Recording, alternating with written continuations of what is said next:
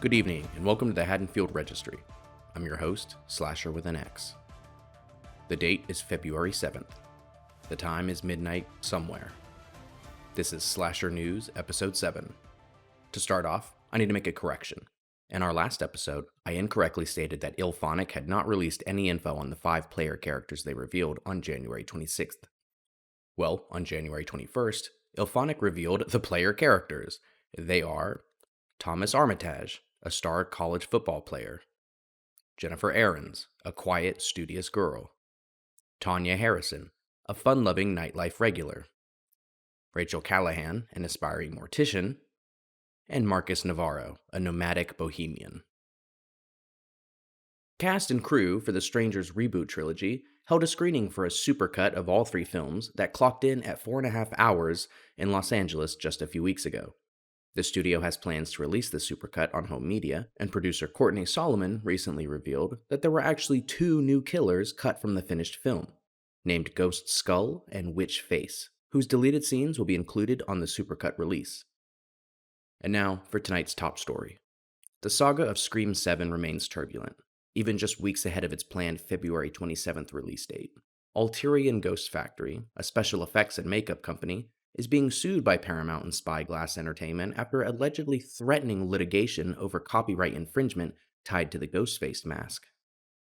As the story goes, the original producers for Scream found the Fun World mask in a home they were scouting for the film, getting them in touch with Fun World, who then licensed the mask to them for use in the film. This relationship has remained unchanged for 30 years.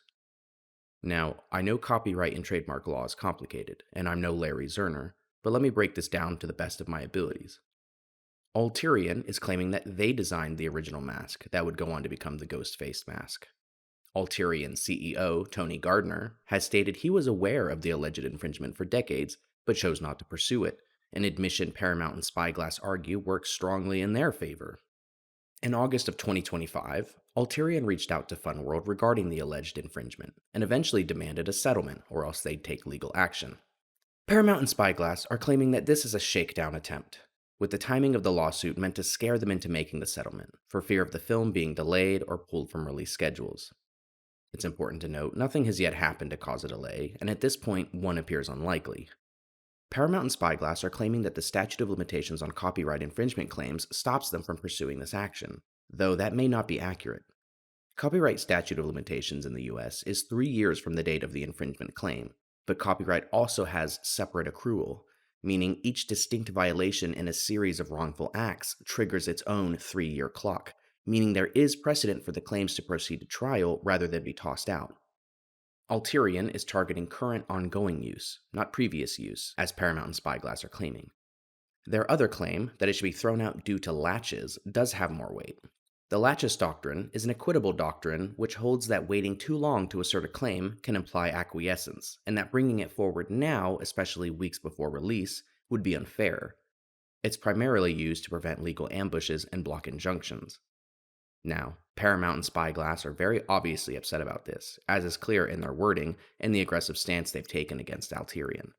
This is largely due to the sensitive nature of Scream 7's early development, i.e. the firing of lead actor Melissa Barrera and subsequent walkouts of fellow lead Jenna Ortega and director Chris Landon.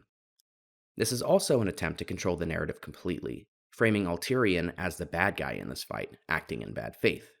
From my understanding of the lawsuit and copyright law in general, especially after reading the filing, this is not another Friday the 13th case.